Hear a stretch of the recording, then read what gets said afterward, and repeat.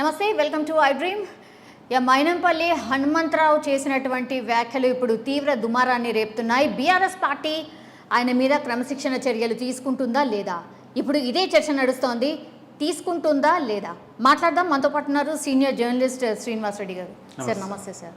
Sir మొత్తం అంటే 115 సీట్లు బీఆర్ఎస్ పార్టీ ప్రకటించింది ఒకవైపు అయిపోయింది. మైనంపల్లి హనుమంతరావు చేసినటువంటి వ్యాఖ్యలు ఇంకో ఎత్తు అయిపోయినాయి. మీకేమనిపిస్తుంది సార్? బీఆర్ఎస్ పార్టీ క్రమశిక్షణ చర్యలు తీసుకుంటుందా? అంటే యాక్చువల్గా 115 పేర్లు డిక్లేర్ ఏదైతే చేస్తున్నారో చేసే టైంలో హనుమంతరావు పేరు కూడా ఉంది. అందులో హనుమంతరావు పేరు కూడా డిక్లేర్ చేసిన దాంట్లో ఉన్నది. అవును, డిక్లేర్ చేసే టైం కన్నా డిక్లేర్ చేసిన టైంలోనే ఆయన తిరుమలలో ఆ వ్యాఖ్యలు చేయడం జరిగింది. కొద్దిగా ముందేమో అంతే. జస్ట్ అవును. ఆ వ్యాఖ్యలు ఏంటి అంటే కొడుకుకు ఇవ్వాలి, కొడుకుకు నాకు ఇవ్వాలి అనేది. అవును, ఈయన పేరు డిక్లేర్ అయింది.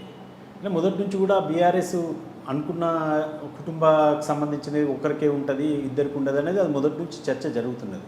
దానిలో భాగంగానే ఇతని పేరు డిక్లేర్ చేశారు. అక్కడ సిట్టింగ్ ఉద్యమకారులు ఉంది, మొదటి నుంచి కూడా ఉద్యమకారులు ఉంది. Sitting MLA, X deputy speaker, ఆ స్థానంలో కుదరదు, ఈయన ఏజ్ చిన్నగా అయిపోతుందని చెప్పి కొంత ఆమెకి రిపోర్ట్స్ పద్మదేవేంద్ర రెడ్డి ప్లేస్ ఉండడం వల్ల ఆమెకి ఫైనల్ చేసేసి దాన్ని దృష్టిలో పెట్టుకొని ఈయన అయితే ఆ వ్యాఖ్యలు ఏందనంటే ఉందాగా ఉండాలి రాజకీయంగా. ఎప్పుడైనా రాజకీయంగా ఉందాగా ఉండకుండా ఆయన ఏం ఛాలెంజ్ చేయాల్సింది ఉండే, నేను నాతో పాటు నా కొడుకు అడుగుతున్నా, ఇస్తే 2 ఇవ్వండి, లేదు అంటే నేను కూడా బీఆర్ఎస్ నుంచి నిలబడను, ఇండిపెండెంట్గా నిలబడి ఇద్దరం గెలిచి వచ్చి బీఆర్ఎస్లో చేరుతాము అనేది అట్లా ఛాలెంజ్ చేయాలి.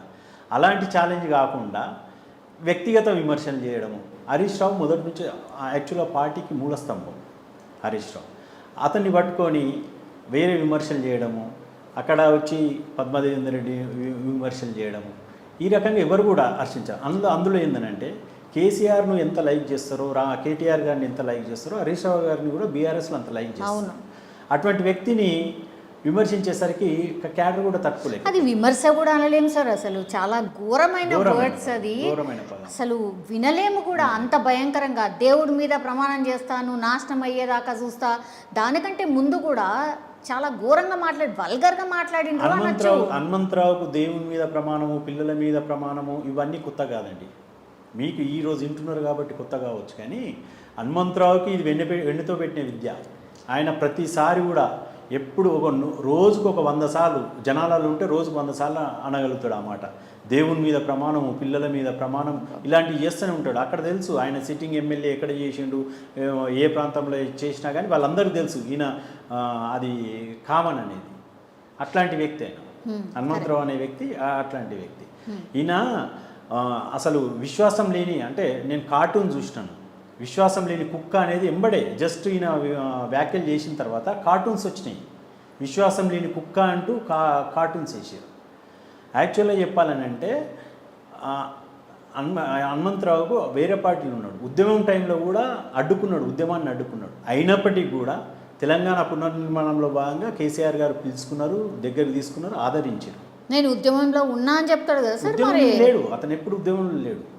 ఆయనకి టీడీపీలో ఉన్నాడు. టీడీపీ ఉద్యమం పీక్ పీరియడ్లో నడిచేటప్పుడు ఆయన TDP Medak district president, Chandrababu అనుచరుడు ఉన్నాడు. సిద్దిపేట దగ్గరనే కేసీఆర్ గారి కాన్స్టిట్యున్సీ కానుకొని దుబ్బాక కాన్స్టిట్యున్సీ ఉంటుంది, అక్కడ పోతిరెడ్డిపేట ఏదో విలేజ్ ఉంటుంది, అక్కడ అడ్డుకోవడం కూడా జరిగింది. ఈయన అట్లాంటిది, ఆయన ఉద్యమంలో లేడు. అయినప్పటికీ కూడా తెలంగాణ పుణ్యాన్ని చాలామందిని కేసీఆర్ గారు చేసుకున్నారు, అందులో భాగంగా ఆయన తీసుకున్నాడు. అది తప్పు పట్టాల్సిన అవసరం లేదు. తీసుకున్నాక కూడా అసలు యాక్చువల్గా తీసుకున్న తర్వాత కూడా ఆయన బిహేవియర్ మారకుండా ఈ రకంగా విమర్శలు చేయడం. మరి ఏమైతుండే సార్? టికెట్ ఈయనకు కూడా ఇవ్వకపోతే ఏమైతుండే? టికెట్ ఈయన అంటే సిట్టింగ్, ఇప్పుడు కేసీఆర్ గారు ఒక నిర్ణయానికి వచ్చారు, సిట్టింగ్లకు అందరికి ఇవ్వాలనే నిర్ణయానికి వచ్చారు. అందులో భాగంగా ఆయనకు ఇవ్వడం జరిగింది. కానీ అంటే ఇప్పుడు కొడుకు ఇవ్వకపోతే నాకు కూడా ఇవ్వకుండ్రి అని మరి ఆయన సవాల్ చేయొచ్చు కదా, ముందే చెప్పొచ్చు కదా, అది ఎందుకు చెప్పలేదు? ఇప్పుడు కొడుకు అనేసరికి స్వార్థం వస్తుంది. ఇంకో విషయం కూడా చెప్తున్నాను, ఈయన గురించి తెలియాల్సిన విషయాలు ఉన్నాయి. అంటే రాజకీయంగా నాకు వ్యక్తిగతంగా ఏం లేదు, ఆయన అంటే నాకు వ్యక్తిగతంగా ఏం లేదు. రాజకీయంగా ఆయన మనం రాజకీయంగా మాట్లాడుకుంటున్నాం కాబట్టి రాజకీయంగా కొన్ని విషయాలు తెలియాల్సిన అవసరం ఉంటుంది జనాలకి. అందులో భాగంగా చెప్తున్నాను, నాకు వ్యక్తిగతంగా ఏం లేదు. అయితే ఈయన పార్టీలో చేరినప్పుడు కూడా, టీడీపీ పార్టీలో చేరినప్పుడు, తర్వాత ఇప్పుడు కంటిన్యూ బీఆర్ఎస్లో, టీఆర్ఎస్ బీఆర్ఎస్లో ఉన్నప్పటికీ కూడా ఆయన దాదాపు ఒక 10-15 మందికి మాట ఇచ్చిన కాన్స్టిట్యున్సీలో ఒక కాన్స్టిట్యున్సీ ఆయనకు సంబంధం లేని కాన్స్టిట్యున్సీ ఒకటి అందోల్ అనుకోండి, జైరాబాద్ అనుకోండి, ఇక్కడ మల్కాజ్గిరి అనుకోండి, మేడ్చల్ అనుకోండి, ఇట్లాంటి విషయాలల్లో ఆయన అంచనా వర్గం ఏదైతే ఉంటుందో వాళ్ళకి చెప్పుకుంటూ వాళ్ళని దింపుకుంటుంటాడు, సంవత్సరాల కొద్దీ దింపుకుంటూ ఉంటాడు. టికెట్ ఇప్పిస్తా అని చెప్పి టీడీపీలో ఆ రకంగా చేసిండు, ఎవరికి ఒక్కరికి టికెట్ ఇప్పియాలి. అది ఆయన ఇప్పుడు నేను అంటున్న మాటలు ఆయనకు క్లారిటీగా క్లియర్గా తెలుస్తాయి. ఆయన ఇప్పుడు చాలామంది నేను నిన్న వేరే ఛానల్లో మాట్లాడినప్పుడు చాలామంది మేము అసలు డేర్ చేసినావు, డేర్గా మాట్లాడగలిగినావు, మాకు అన్ని విషయాలు తెలుసు కానీ మేము నోరు మూసుకొని కూర్చున్నాము అని ఫోన్లు వస్తున్నాయి, ఫోన్లు చెప్తారు. అంటే ఎందుకంటే ధైర్యం చేయాల్సిన అవసరం ఉంటుంది, అబద్ధం చెప్పొద్దు, ధైర్యం చేసి నిజాలు చెప్పాల్సిన అవసరం ఉంది. చాలా వ్యతిరేకత వచ్చింది సార్. ఎస్ సార్, చాలా వ్యతిరేకత వస్తుంది. ఇప్పుడు చూడండి అందరు నాయకులు మాట్లాడుతున్నారు. నా కొడుకుకి ఇవ్వండి అంటున్నాడు. ఆయన కొడుకు ఈ మధ్యన వచ్చిండు, మెడిసిన్ అయిపోయిందా, ఇన్కంప్లీటా, పూర్తయిందా, పూర్తి కాలేదా తెలియదు. ఆయన వచ్చిండు, అడుగుతున్నావు సీటు. మరి నువ్వు మొదటి నుంచి టీడీపీ ఉన్నప్పటి నుంచి నీ ఎంబడి అంచన వర్గాన్ని తిప్పుకుంటున్నావు, మేడ్చల్ టికెట్ ఇప్పిస్తా అని. ఇక పేరు కూడా తెలుసు, అందరికి తెలుసు. ఆయన ఇప్పుడు ఆయనతోటే ఉన్నాడు, ఆ వ్యక్తి కూడా ఆయనతోటే ఉన్నాడు. ఇప్పుడు ఆయన టూర్లో ఉన్నాడు ఆ వ్యక్తి. జైరాబాద్లో ఎంతమందిని తిప్పుకున్నాడు, ఎంతమందిని ఇది చేశాడు. ఆందోళనలో ఎంతమందిని తిప్పుకున్నాడు, కొంతమంది పొలిటికల్ క్యారియరే దెబ్బతీశాడు. మరి వాళ్ళందరి గురించి కాకుండా సరే కొంతమంది పక్కకు డ్రాప్ అయిపోయారు, పొలిటికల్ డ్రాప్ అయిపోయారు. ఇప్పటికీ స్టిల్ ఈరోజు నువ్వు ఏదైతే టూర్ చేస్తున్నావో, నువ్వు టూర్ చేసే టూర్లో కూడా ఆ వ్యక్తి ఉన్నాడు, మేడ్చల్ టీడీపీలో ఉన్నప్పటి నుంచి చెప్తున్నాడు. మరి ఇప్పుడు నువ్వు నీ కొడుకు గురించి అడిగినవే, మరి అదే నీ అంచనానికి మొదటి నుంచి నమ్ముకొని ఉన్న వ్యక్తికి అడుగుతలేవు.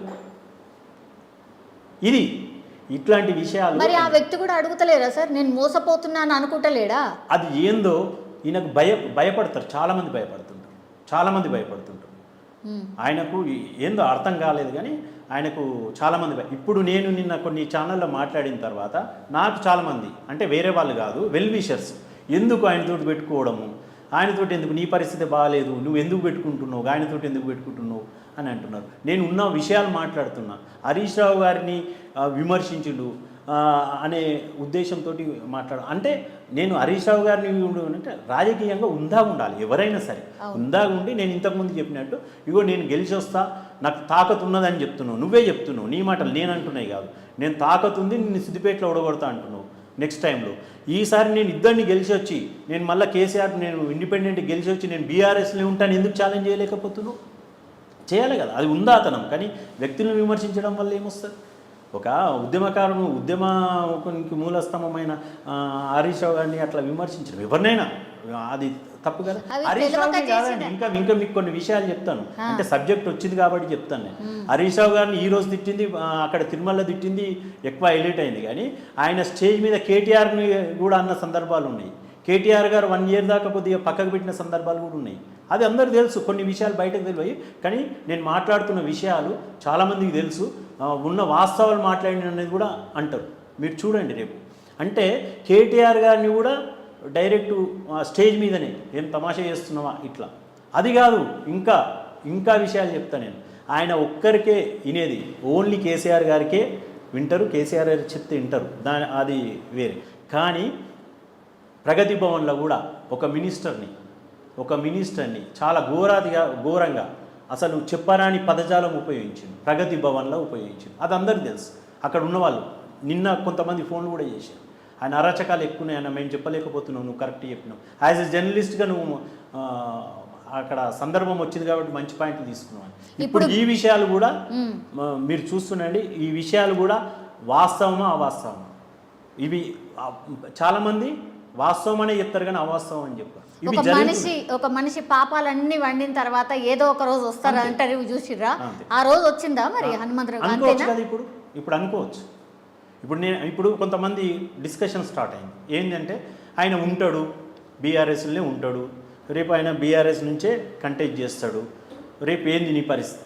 ఏం పరిస్థితి ఏముంటుంది? నేను జనరల్గా ఉన్న సబ్జెక్టును మాట్లాడినాము. నాకు వ్యక్తిగతంగా ఆయన అంటే నాకేమన్నా వ్యక్తిగతంగా ఏమన్నా ఉంటుందా? ఏముండదు కదా. ఆయన ఉంటుండొచ్చు బీఆర్ఎస్ నుంచి. ఇంత జరిగినాక కూడా ఆయన తీసుకోవడానికి కూడా ఉండాలి కదా కొద్దిగా, మళ్ళీ బీఆర్ఎస్ నుంచి నిలబడుతుంది. అయినా బీఆర్ఎస్ క్యాడర్ కూడా ఎట్లా యాక్సెప్ట్ చేస్తుంది? యాక్సెప్ట్ చేయదు. అంత ఒక మూలస్తంభమైన వ్యక్తిని తిట్టిన తర్వాత నువ్వు తిట్టింది ఎవరిని? బీఆర్ఎస్లో మంత్రులను తిడితివి, ఒక కేసీఆర్ గారిని తప్పించి అందరినీ తిట్టిండు ఆయన. అది అందరికీ తెలుసు ఆ విషయం. ఇప్పుడు అండగా కేటీఆర్ అంటే వీళ్ళందరినీ తిట్టిండు, రేపు కేసీఆర్ గారిని తిట్టడానికి గ్యారంటీ ఏమున్నది? ఒకటి పిచ్చుకుక్క ఎట్లుంటుంది మొరిగి ఒకసారి అలవాటు అయిన తర్వాత ఆ పిచ్చుకుక్క ఏం చేస్తుంటుంది? ఇప్పుడు రేపు జరగబోయేది అదే జరుగుతుంది. ఇప్పుడు క్యాడర్ కానీ కేసీఆర్ గారు కానీ ఇంకా నమ్మకంతో ఏదైనా ఇస్తే అది ఏమవుతుంది? పిచ్చుకుక్క ఏ రకంగా నెక్స్ట్ ఏది ఆ స్టేజ్ దాటిపోయింది, నెక్స్ట్ వారి మీదకి అనే అవకాశం కూడా ఉంటుంది. పార్టీకి ఇది చాలా డ్యామేజ్ కదా సార్, మరి ఎట్లాంటి డిసిజన్ తీసుకోవాలా? పార్టీకి ఇంకోటి ఏంటంటే తను కాంగ్రెస్లో టికెట్లు 2 కన్ఫర్మ్ అయినాయి కాబట్టి అందుకని ఇట్లా మాట్లాడుతున్నది అనేది ఒకటి. అవును, ఒకటి మీరు అన్న దాంట్లో ఒకటి ఇన్వాల్వ్. నాకు కూడా విషయం ఏంటంటే ఆయన మల్కాజ్గిరి నుంచి ఎంపీ, మెదక్ నుంచి ఎమ్మెల్యే, కాంగ్రెస్లో అది నడుస్తున్నది, యాక్సెప్టేషన్ నడుస్తున్నది. ఆయన వచ్చిన తర్వాత అదే జరుగుతుంది అనేది ఒక చర్చ జరుగుతున్నది. నాకున్న సమాచారం కూడా కాంగ్రెస్లో అది ఫైనల్ అయిందని విన్నాను. అంటే నేను ఆయన పార్టీలు చాలా మారిండు, ఈరోజు మారితే కూడా కొత్తగా కాదు. కానీ ఫ్యామిలీ ఆడ కూడా ఒక్కొక్కరికి టికెట్ అంటున్నారు కదా సార్, మరి ఈయనకేంది ధీమా? కాంగ్రెస్ పోయిన తర్వాత ఇద్దరికి టికెట్లు వస్తుంది అంటే మరి ఇప్పుడు పరిస్థితి ఏంటంటే ప్రతిపక్షాలకు కొద్దిగా పరిస్థితి బాగాలేదు కదా తెలంగాణలో, కాబట్టి ఇవ్వచ్చు సీట్ల వాళ్ళకు కొంత క్యాడర్ ఇబ్బంది ఉన్న పరిస్థితుల్లో అట్లాంటి పార్టీలు ఇస్తే ఇవ్వడానికి అవకాశం ఉంటుంది. అంటే ఈయనకి ఎంపీ 2 ఎమ్మెల్యేలు కాదు. నాకున్న సమాచారం ఏంటంటే ఈయనకు మల్కాజ్గిరి ఎంపీ, అక్కడ మెదక్ ఎమ్మెల్యే సీటు ఈయనకు వాళ్ళు ఆఫర్ పెట్టినట్టు మనకున్న సమాచారం. 2 ఎమ్మెల్యే ఇచ్చే పరిస్థితి ఉండదని నేను అనుకుంటున్నా. ఇస్తే ఈ రకంగా ఇవ్వడానికి అవకాశం ఉంటుంది. ఎందుకంటే ప్రతిపక్షాలకు కూడా కొంత నాయకత్వంలో అంటే సీట్స్ నిలబడే కొంత ఇబ్బందికరమైన పరిస్థితులలో. ఓకే సార్, లాస్ట్లీ క్రమశిక్షణ చర్యలు ఒకవేళ పార్టీ తీసుకుంటే ఏం చేయాలా? ఇక్కడ ఒక ఆప్షన్ ఉంది. క్రమశిక్షణ చర్యలు తీసుకుంటే ఆయన అక్కడ ఆల్రెడీ పేరు డిక్లేర్ చేశారు, ఇంకో కొత్త పేరు తీసుకోవాల్సి వస్తుంది. అక్కడ కొత్త పేరు అంటే మల్కాజ్గిరి కాన్స్టిట్యున్సీలో ఇప్పుడు ఈయనకు పేరు హనుమంతరావు. రామునికి సీతారాములకు హనుమంతుడు ఎట్లనో ఈయనకు పేరు హనుమంతరావు ఉన్నది, కానీ అటువంటి హనుమంతుడు అయితే కాదు. వీళ్ళు కూడా అనుకుంటారు నిజమైన హనుమంతుడు కాదు. నిజమైన హనుమంతుడు ఒకడు ఉన్నాడు అక్కడ.